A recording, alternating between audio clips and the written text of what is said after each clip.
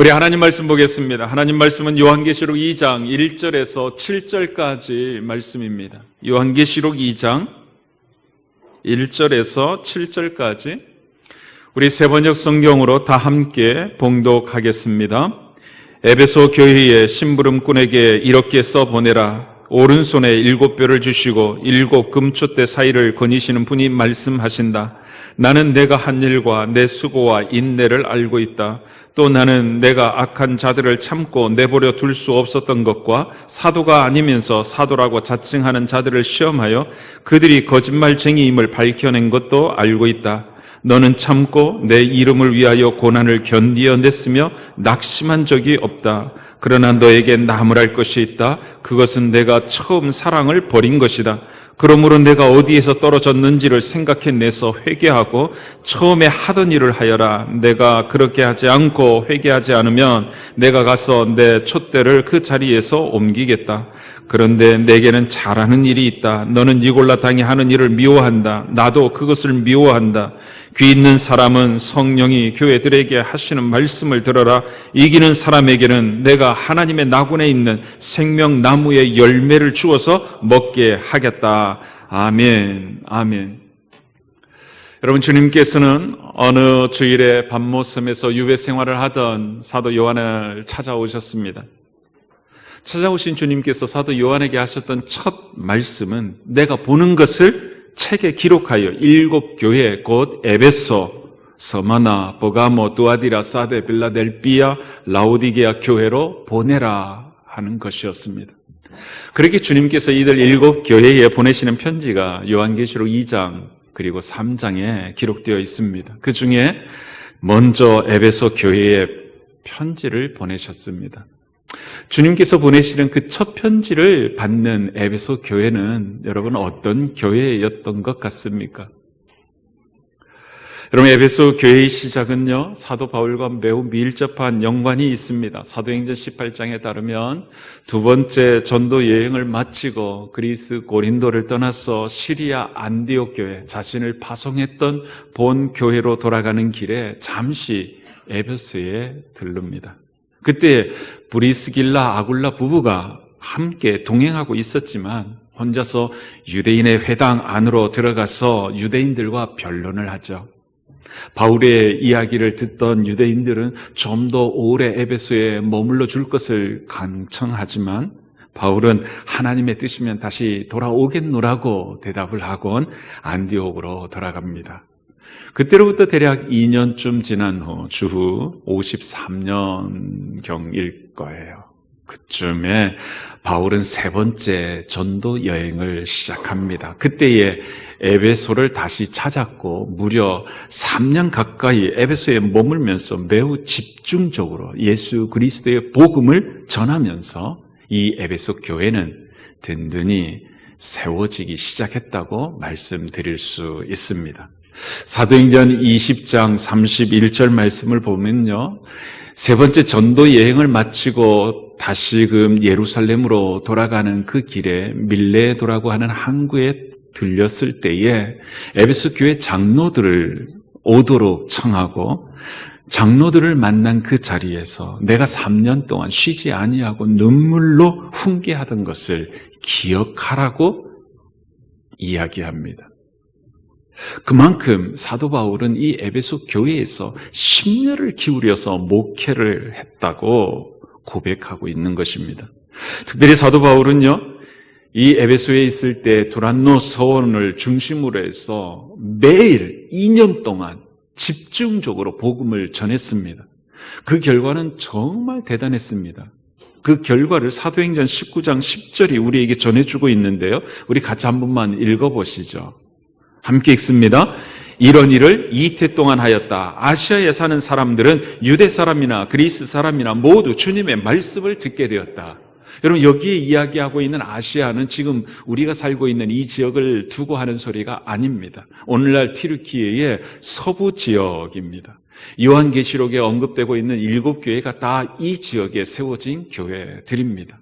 그러니까 여러분, 에베소 교회를 중심으로 해서 얼마나 널리 복음이 힘차게 뻗어나가고 있는지 짐작할 수 있는 거죠. 사도행전 19장 18절 19절 말씀도 보면요, 에베소에 거주하고 있던 많은 시민들이 바울이 전하는 복음을 듣고 예수께로 돌아왔다는 이야기가 기록되어 있습니다.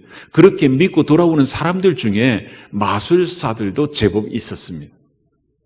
그 마술사들이 예수님을 믿겠다고 결단한 후에 자신들이 사용하던 그 마술 비법서를 가지고 와서 에베소 시민들과 교인들이 보는 앞에서 불을 태웠다는 것입니다. 그 사실을 사도행전에 기록하고 있던 누가는요, 그 책값이 무려 은 5만이나 된다 그래요. 은 5만. 여러분, 그 당시 화폐 단위로 말하면 5만 드라크마 혹은 5만 데나리온이 된다는 이야기거든요.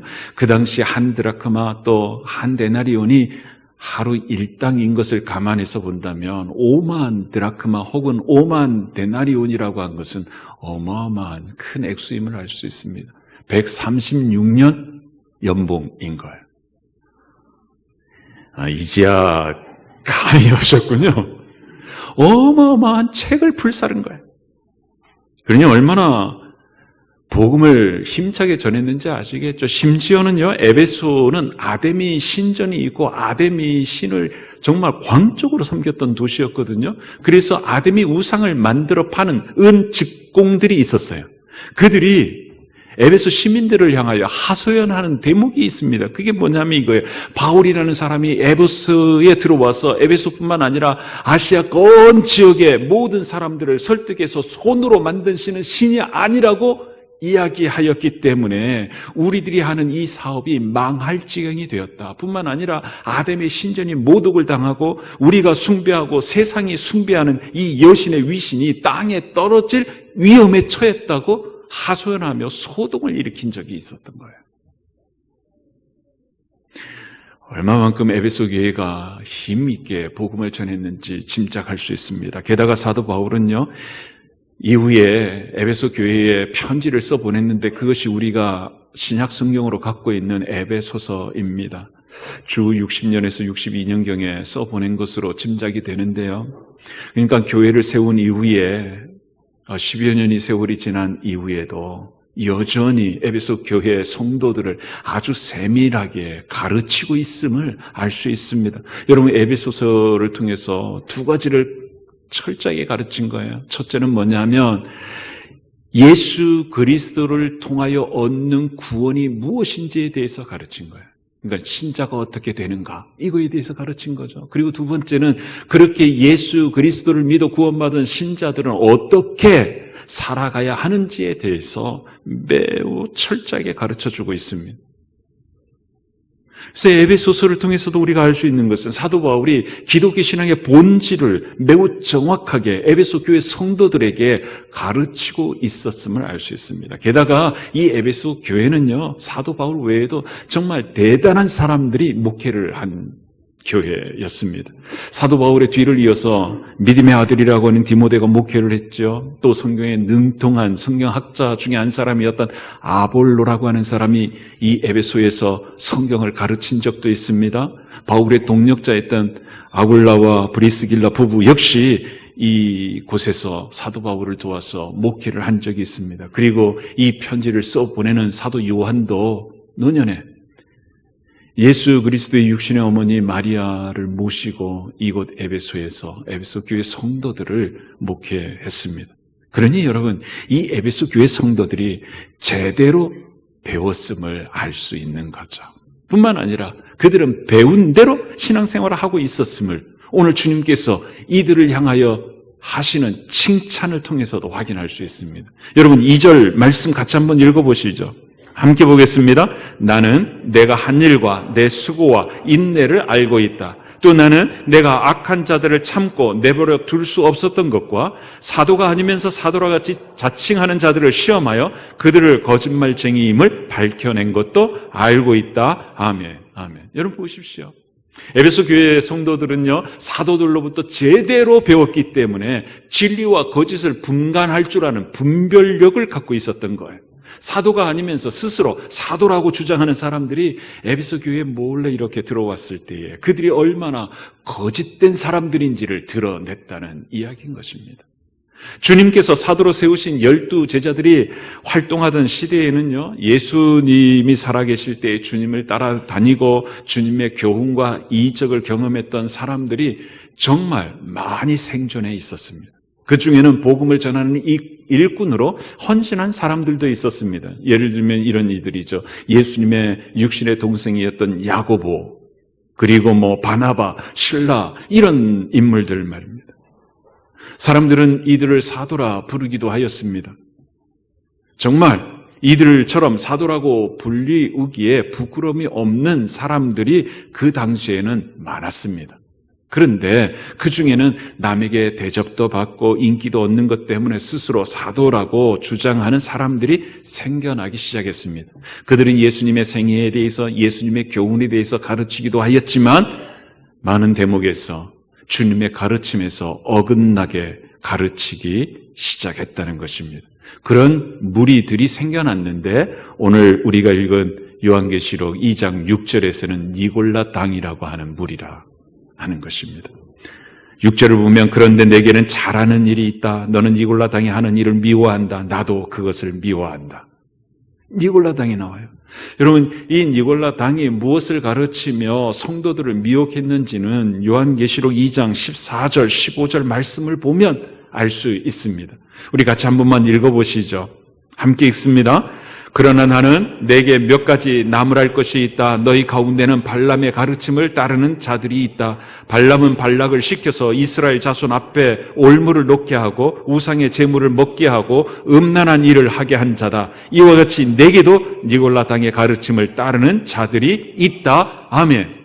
여러분, 이 말씀을 통해서, 이 주님의 말씀을 통해서 우리가 알 수 있는 것은 니골라 당이 하는 그 가르침의 핵심은 발람의 책략과 유사함을 알 수 있는 거죠. 여러분, 구약 성경 민수기를 보면 이 발람이라고 하는 이방인 복술가가 나오는데요. 이 발람이라고 하는 이 복술가는 이스라엘 백성들 앞에 올무를 놓아서 우상의 제물을 먹게 만들고 행음하게 하면 하나님이 알아서 이스라엘 백성들을 망하게 할 것이라고 모압 왕 발락에게 힌트를 주는 거예요. 그런 사람이었습니다. 실제로 민수기 25장을 보면요, 이스라엘 백성들은 모압 여인과 육체적으로 행음했을 뿐만 아니라 그들의 신을 섬기는 영적 행음도 자행합니다. 그러니까 이 니골라 당의 가르침의 핵심은 아주 분명하게 드러나는 거죠. 뭐냐 하면 이런 거예요. 사람은 영과 육체로 되어 있는데 예수 믿고 구원받으면 영이 구원을 받는 것이다. 육체는 사람의 본체가 아니니까 이 육체는 아무리 방탕하게 살아도 이 구원받은 순결한 영은 절대로 오염되지 않는다. 이렇게 가르쳤다는 거예요. 그러니 얼마나 방탕하게 신앙생활을 했겠습니까? 뿐만 아니라 그들은 하나님을 섬기는 것과 로마 황제를 섬기는 것은 절대로 충돌하는 일이 아니다. 그것은 절대 우상숭배가 아니다. 이렇게 가르쳤던 거예요. 로마 황제를 섬기는 것은 단순히 우리가 살고 있는 로마 문화를 수용하는 것에 지나지 않는다고 주장하는 거예요. 그렇게 함으로써 일신의 안녕을 도모할 뿐만 아니라 신앙도 놓지 않으려고 하는 타협안을 내놓았던 것이죠. 그래서 이 니골라 당의 가르침을 따르는 이들이 생겨나기 시작했다는 거예요. 그런데 에베소 교회 성도들은 이 점에 있어서 매우 확고했다는 것입니다. 그들의 가르침에 그릇된 점을 간파하고 그들을 배척했던 것입니다. 그들은 복음과 진리에 있어서는 추후의 타협도 하지 않았다는 거예요. 그들은 헌신적으로 정말 목숨을 걸고 진리를 지켜냈던 성도들이었습니다. 목숨을 걸고 하나님 말씀대로 살아보려고, 하나님 중심으로 살아보려고 애를 쓰던 신자였습니다. 환난이 다가온다 할지라도 굴하지 않았습니다. 여러분, 3절에 주님께서 들려주시는 칭찬 속에 그런 모습이 담겨 있습니다. 여러분 같이 한번 읽어보시죠. 너는 참고 내 이름을 위하여 고난을 견뎌냈으며 낙심한 적이 없다. 아멘. 여러분, 주님께서요, 에베소 교회 성도들이 어떻게 신앙생활을 했는지 아신다고 말씀하시는 거예요. 그들의 수고, 그들의 인내 다 알고 계셨던 거예요. 그들의 충성과 그들의 헌신을 낱낱이 다 알고 계셨을 뿐만 아니라 그거에 대해서 잘했다고 칭찬하는 거예요. 여러분 7절에서 또 거듭 칭찬하잖아요. 너희들은 니골라 당을 미워했다. 나도 미워한다. 그러면서 하신 말씀이 뭐예요? 너희들이 정말 잘하고 있는 일이 있다고 칭찬하잖아요. 여러분 보세요. 담임 목사도 아닌 우리 주님께서 다 알고 있다고 말씀하시고 잘한다고 칭찬하고 계시니 더 이상 무엇을 바라겠습니까? 이보다 더 큰 영광이 없는 거죠. 지금 에베소 교회가 이런 영광을 받고 있는 거예요. 그러니 에베소 교회는요 정말 대단한 교회였음에 틀림없습니다. 정말 완벽한 교회라고 말씀할 수 있어요. 그런데 여러분 이렇게 충성스럽고 이렇게 진리 위에 든든히 서 있는 에베소 교회를 향하여 우리 주님께서 나무랄 것이 있다고 말씀하세요. 나무랄 것이 있다. 그게 4절이잖아요. 그러나 너에게 나무랄 것이 있다. 이렇게 말씀하시잖아요. 그런데 5절 마지막 대목을 보면 내가 그렇게 하지 않고 회개하지 않으면 내가 가서 내 촛대를 그 자리에서 옮기겠다고 말씀해요. 여러분 촛대가 무엇을 상징하는지 아시죠? 교회잖아요. 교회. 그러니까 내가 가서 그 촛대를 옮기겠다는 말씀은 무슨 말씀일까요? 교회를 없애버리겠다는 말씀이잖아요. 결국 주님께로부터 나무를 받은 이 에베소 교회의 잘못은요, 에베소 교회 자체를 없애버려야 할 만큼 매우 중대하고 심각한 잘못임을 우리는 알 수 있는 거예요. 그렇다면 여러분, 교회의 존폐를 결정 지을 정도로 중대하고 심각한 잘못이 무엇이었는지 4절 말씀을 통해서 한번 확인해 보시죠. 여러분 4절 같이 한번 읽겠습니다. 그러나 너에게 나무랄 것이 있다. 그것은 내가 처음 사랑을 버린 것이다. 아멘. 내가 처음 사랑을 버린 것이다.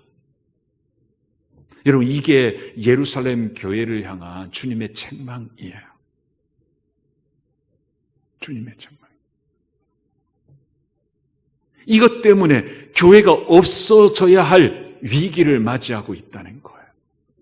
여러분 주님께서 책망하고 계신 그러면서 반드시 회복해야 한다고 하시는 처음 사랑, 첫사랑 그게 뭘까요? 여러분 첫사랑, 처음 사랑 뭔지 아시죠? 여러분들이 예수님을 처음 만났을 때 그때를 연상하기만 하면 금방 그래 그거죠 하고 고개를 끄덕일 것 같아요. 여러분 한번 그때로 되돌아가 보십시오. 예수 그리스도의 십자가 그 복음을 듣고서 내가 범한 그 억만 가지 죄악 가운데서 구원해 주신 하나님의 은혜에 대한 감격, 감사, 또 그렇게 예수님을 영접하고 세례를 받았을 때에 느꼈던 그 느낌, 그 감동, 그 은혜.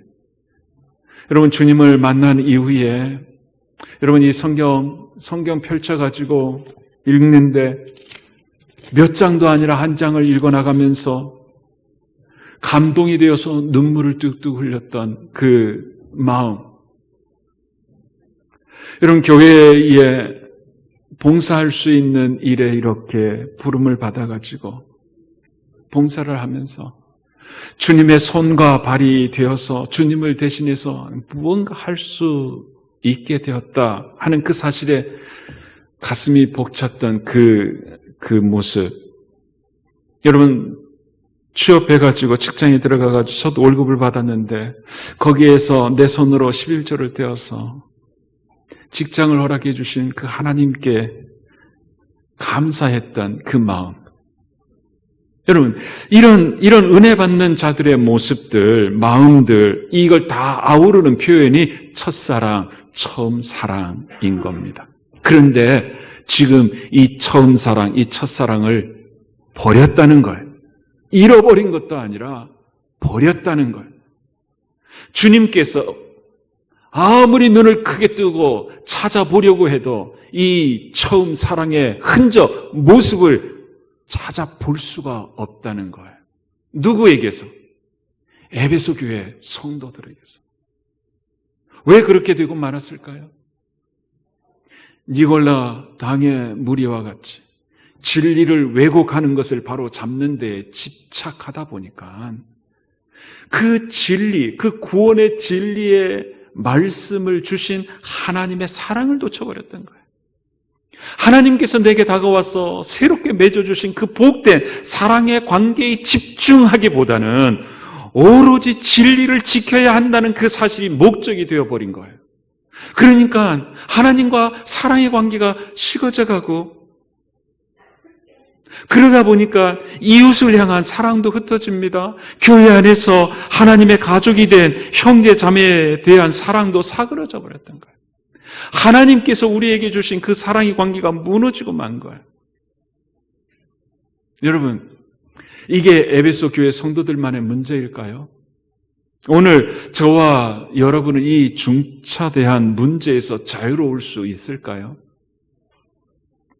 저는 어제 새벽에도 무너졌습니다. 잘못을 바로 잡는 데에만 집착하다가 처음 사랑을 놓치고 말았어요. 놓치고 말았어요. 점점 나아지고 있고 점점 변화되고 있고 점점 계속해서 애를 쓰고 있는 분이신데도 말입니다. 어떤 이슈가 뻥하니 떠오르는 순간 바로 잡는 게에만 집중하다 보니까 변화되고 있고 애쓰고 있는 그분의 모습이 내 시야에서, 내 생각에서 완전히 사라지고 마는 거예요. 그 순간 처음 사랑을 놓치고 만 거예요. 그 순간 촛대를 옮기시겠다고 하시는 주님의 책망을 받는 대상자가 되고 있더라는 사실이에요. 얼마나 힘든 하루였는지 몰라요. 그렇다면 여러분 어떻게 해야 할까요? 어떻게 해야 할까요? 여러분 5절 말씀 우리 같이 한번 읽어봅시다. 5절 함께 읽습니다. 그러므로 내가 어디에서 떨어졌는지를 생각해내서 회개하고 처음에 하던 일을 하여라. 내가 그렇게 하지 않고 회개하지 않으면 내가 가서 내 촛대를 그 자리에서 옮기겠다. 아멘. 아멘. 여러분 저 파란색 대목 다시 한 번만 더 읽어보십시다. 함께 읽습니다. 그러므로 내가 어디에서 떨어졌는지를 생각해내서 회개하고 처음에 하던 일을 하여라. 아멘. 여러분 이게 주님의 처방전이었습니다. 우리가 처음 사랑, 그 처음 사랑을 잃어버리는 경험을 하게 될 때 이 처방전을 떠올리라, 그것입니다. 예를 들면 이런 거죠. 주님의 말씀을 읽고 있는데도 아무런 감동이 없고 그냥 문자만 읽고 있고, 하나님의 말씀의 설교를 듣고 있는데도 그냥 흘려보내고 있거나 튕겨버리고 있다면 주님은 이야기하는 거예요. 처음 사랑을 버리고 있지 않은지 체크해보라는 거예요. 그리고 주님께서 주시는 이 처방전에 귀를 기울이라고 말씀하시는 것입니다.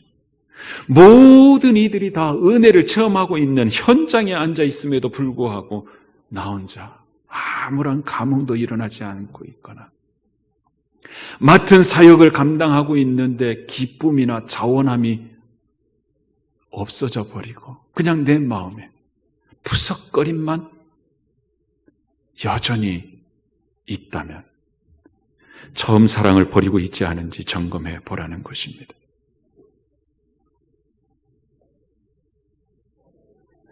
우리의 주님, 우리 주님의 진단은 너무나 명료하고 분명합니다. 너는 처음 사랑을 버린 거야. 그러니 어디에서 떨어졌는지를 생각해내서 회개하고 처음에 하던 일을 하라 말씀하시는 것입니다. 여러분 주님께서 주시는 첫 번째 처방전이 무엇입니까? 어디에서 떨어졌는지를 생각하라는 것입니다.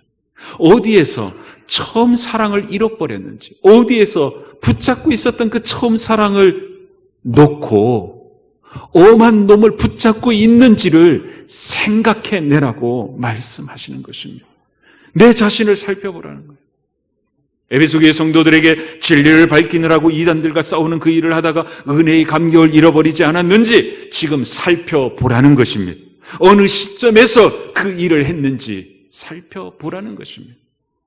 우리 보고 그냥 열심히 사역하는 것만 집중하느라 그 사역을 통하여 내게 부어주시는 하나님의 은혜는 놓치고 있지 않은지, 잃어버리고 있지 않았는지 살펴보라는 거예요. 어디에서 그런 잘못이 되었는지, 무엇 때문에 그런 일이 일어나고 말았는지 자신을 돌아보라는 것입니다. 세밀하게 따져보며 살펴보라는 것입니다. 그리고는 회개하라 이야기합니다. 이게 두 번째 처방전이에요. 처음 사랑을 잃어버린 것, 처음 사랑을 내가 놓아버린 것을 발견하고서 그때 그렇게 하지 않았어야 돼. 이렇게 안타까워하는 정도, 이것을 회개하는 것이라고 주님은 말씀하지 않고 계시다는 거예요.